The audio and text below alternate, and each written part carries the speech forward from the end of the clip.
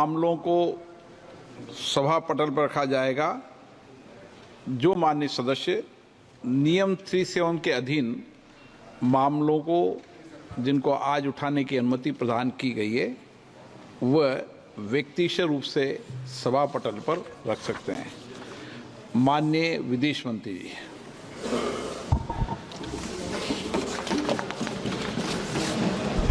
Honorable Speaker, sir, I rise to apprise the House of some recent developments in the India-China border areas and their implications for our overall bilateral relations. The House is aware that our ties have been abnormal since 2020, when peace and tranquility in the border areas were disturbed as a result of Chinese actions. Recent developments that reflect our continuous diplomatic engagement since then have set our ties in the direction of some improvement. The House is cognizant of the fact that China is an illegal occupation of 38,000 square kilometers of Indian territory in Aksai Chin as a result of the 1962 conflicts and the event that preceded it. Furthermore, Pakistan illegally ceded 5,180 square kilometers of Indian territory to China in 1963, which has been under its occupation since 1948. India and China have held talks for multiple decades to resolve the boundary issue. While there is a line of actual control, LAC, it does not have a common understanding in some areas. We remain committed to engaging with China through bilateral discussions to arrive at a fair, reasonable, and mutually acceptable framework for a boundary settlement. Honorable members would recall that the amassing of a large number of troops by China along the LAC in eastern Ladakh in April-May 2020 resulted in face-offs with our forces at a number of points. The situation also led to disruption of patrolling activities.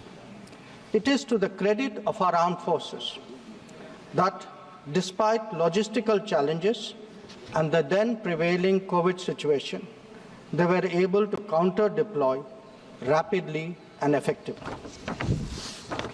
Honorable Speaker, sir, the House is well aware of the circumstances leading to the violent clashes in Galwan Valley in June 2020. In the months thereafter, we were addressing a situation that had not only seen fatalities for the first time in 45 years, but also a turn of events serious enough for heavy weaponry to be deployed in close proximity to the LAC. While a determined counter-deployment of adequate capability was the government's immediate response, there was also the imperative of a diplomatic effort to diffuse these heightened tensions and restore peace and tranquility. Honorable Speaker, sir, the contemporary phase of our ties with China dates back to 1988, when there was a clear understanding that the Sino-Indian boundary question will be settled through peaceful and friendly consultations. In 1991, the two sides agreed to maintain peace and tranquility in the areas along the LAC, pending a final settlement of the boundary question. Thereafter, in 1993, an agreement was reached on the maintenance of peace and tranquility. Subsequently, in 1996, India and China agreed on confidence-building measures in the military field. In 2003, we finalized a declaration of principles of our relations and comprehensive cooperation, which included the appointment of special representatives. In 2005, a protocol was formulated on modalities for the implementation of confidence-building measures along the LAC. At the same time, the political parameters and guiding principles for the settlement of the boundary question was agreed to. In 2012, a working mechanism for consultation and coordination, WMCC, was established, and a year later, we reached an understanding on border defense cooperation as well. Speaker, sir, the purpose of my recalling these agreements is to underline the elaborate nature of our shared efforts to ensure peace and tranquility, and to emphasize the seriousness of what its unprecedented disruption in 2020 implied for our overall relationship.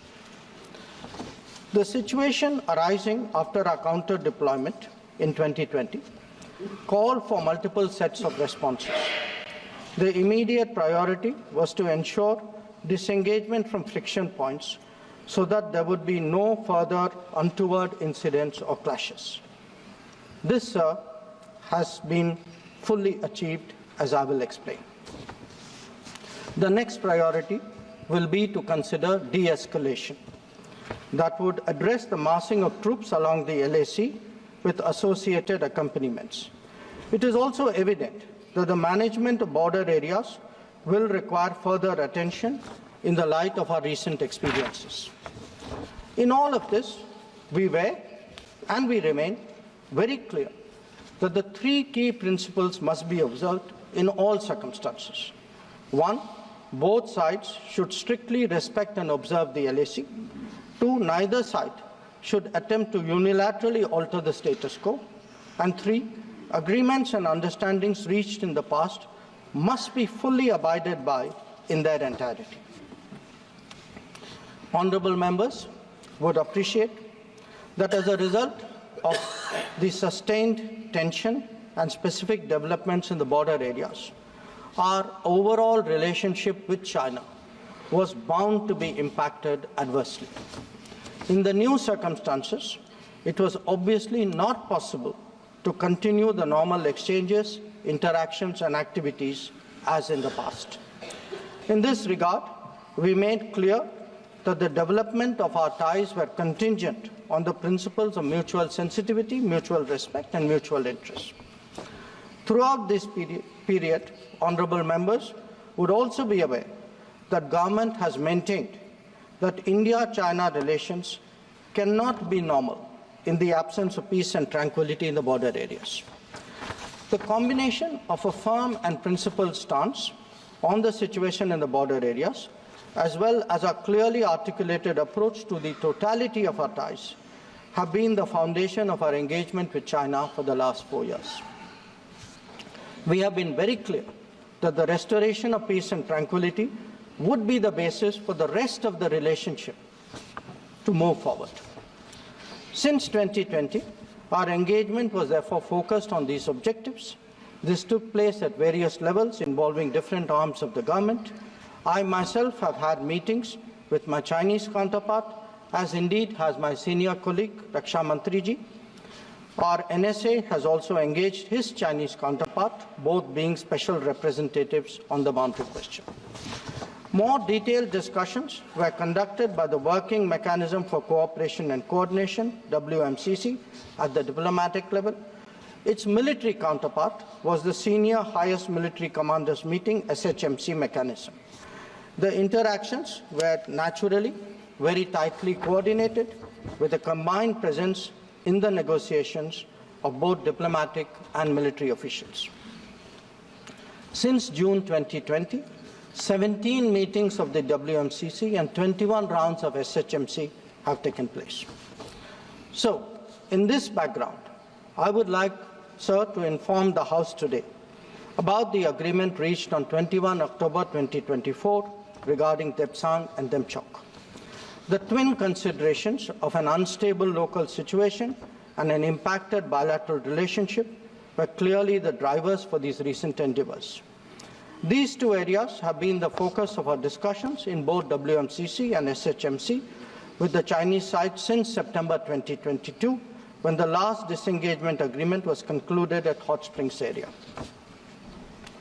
In the lead-up to the October 21 agreement, I had discussed both the specific disengagement issue as well as the larger relationship with my Chinese counterpart in Astana on 4 July and Vientiane on 25 July. Our national security advisors, ours and the Chinese, met in St. Petersburg on 12 September, and the problem in these two areas pertained primarily to obstructions of our long-standing patrolling activity. In Demchok, there was also the question of access by a nomadic population to traditional grazing grounds, as well to sites of significance to the local people. As a result of this recent understanding, arrived at after intensive negotiations, resumption of patrolling to the traditional areas is underway. It was initially tested by sending out patrols for verification of disengagement on the ground and is being followed up by regular activities as per the agreed understanding. Following the October 21 understanding, Prime Minister and President Xi Jinping had a meeting on the sidelines of the BRICS summit in Kazan on October 23. They welcomed the understanding and directed the foreign ministers to meet and stabilize and rebuild the relationship. The special representatives are also to oversee the management of peace and tranquility, besides exploring a fair, reasonable, and mutually acceptable solution to the boundary question. In pursuance of that, I recently held discussions with Foreign Minister Wang Yi again on the sidelines of the G20 summit in Rio de Janeiro on November 18. Raksha Mantriji has also met the Chinese Defense Minister Dong Jun at the ASEAN Defense Minister ADMM Plus meeting in Vientiane on November 20. The two ministers discussed progress on the recent agreement on disengagement, the need to address de-escalation, and the requirement of strengthening confidence-building measures. They agreed on the importance of continuing meetings and consultations at various levels. Sir, the House will remember that on October 21, the October 21 agreement is the latest in the series of an understanding in regard to the resolution of the situation at various friction points in eastern Ladakh. In the aftermath of the events in May-June 2020 and the initial disengagement in Galwan Valley in July 2020, there was a foreign ministers meeting in Moscow in 10 September 2020. The government's position at that time was that the immediate task was to ensure comprehensive disengagement of troops in all the friction areas. It was emphasized that the large concentration of troops along the LAC was not in accordance with the 1993 and 1996 agreements. The Indian side, it was made clear, would not countenance any attempts to change the status quo unilaterally. We also expected that all agreements and protocols pertaining to the management of the border areas would be scrupulously followed. Sir, through you, I would like to inform the House that disengagement has been achieved in full in eastern Ladakh through a step-by-step process, culminating in Depsang and Demchok. With the task of disengagement completed, it is now our expectation that discussions would commence with regard to the remaining issues that we have placed on the agenda. For the benefit of honourable members, I would also flag to your attention previous positions articulated by the government in Parliament on this issue. On 15th of September 2020, Raksha Mantriji had made a detailed statement on Chinese attempts to transgress the LAC and the appropriate response given by our armed forces. On the 11th of February 2021, Raksha Mantri had again briefed the House about our disengagement agreement in the north and south banks of the Pangong Lake. Thereafter, in August of 2021, a third phase of disengagement took place in the area of Gogra, whereby troops would henceforth be in their respective bases. The next step took place in September 2022 pertaining to the Hot Springs area. Again, forward deployments ceased in a phased, coordinated and verified manner, resulting in the return of troops to their respective areas. The most recent agreement, the October 21 agreement, comes in the wake of the earlier ones. It completes the first phase of what we had agreed to in Moscow in September 2020.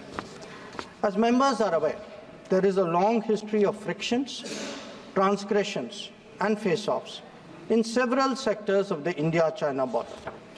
This goes back to Barahoti from 1954, to Longju in 1959, to Sumdurongchu from 1986-1995, and Depsang in 2013, amongst others. In the past, earlier governments have agreed to a range of steps to diffuse situations that have arisen at different times, including offers on our side to create demilitarized zones, limited non-patrolling zones, relocation or withdrawal of posts, disengagement of troops, and dismantlement of structures. Different locations have seen different solutions being examined. Where the October 21 understanding is concerned, our objective has been to ensure patrolling as in the past to the relevant patrolling points, as well as the resumption of grazing by our civilians as per long-standing practice. This is indeed what we have agreed upon in regard to Depsang and Demchok. In a few other places where friction occurred in 2020, steps of a temporary and limited nature were worked out based on local conditions to obviate the possibility of more further friction. This, I must stress, applies to both sides and can be revisited as the situation demands. In that sense, our stance has been resolute and firm and serves our national interests fully. The ensuring of our national security in this manner is the result of cumulative and coordinated endeavours of many parts of the government, obviously centred around our defence and security forces. The competence and professionalism of our services in this period was displayed in our speedy and effective counter-deployment. In the negotiations with China, the defence and diplomatic arms worked in lockstep to ensure that our national interests were comprehensively met. Sir, in that context, the House would also recognise that there has been a significant improvement in the border infrastructure, which has made such effective counter-deployment possible. This is reflected, amongst others, in the increase of border infrastructure allocations in the last decade. The Border Roads Organisation, BRO, alone has incurred 3 times the expenditure level of what it was a decade ago. Whether it is the length of the road networks, of the bridges, or the number of tunnels, there has been a substantial increase over the earlier period. Notable milestones in recent years include the Atal Tunnel to Lahul Spiti, the Sela and the Nechifu tunnels to Tawang, the Umlingla Pass Road in southern Ladakh, and the extended opening of the Zojila axis. The work is progressing on some strategically important roads and airfields in Ladakh. The adoption of new technologies in high altitude, remote, inaccessible and permafrost areas has also been significant. All of this reflects the government's firm commitment to protecting our borders and ensuring that our armed forces get the facilities and the logistical support that they deserve. Finally, sir, let me share with honourable members our expectation regarding the direction of our ties with China in the near future. Our relationship had progressed in many domains, but was obviously negatively affected by recent events. We are clear that the maintenance of peace and tranquility in border areas is a prerequisite for the development of our ties. In the coming days, we will be discussing both de-escalation as well as effective management of our activities in the border areas. The conclusion of the disengagement phase now allows us to consider other aspects of our bilateral engagement in a calibrated manner, keeping our national security interests first and foremost. In my recent meeting with Foreign Minister Wang Yi, we reached an understanding that the special representatives and the Foreign Secretary level mechanisms will be convening soon. I thank you, sir, and the honourable members for their attention, and I am confident that the government has the full support in addressing the complexities of this important issue.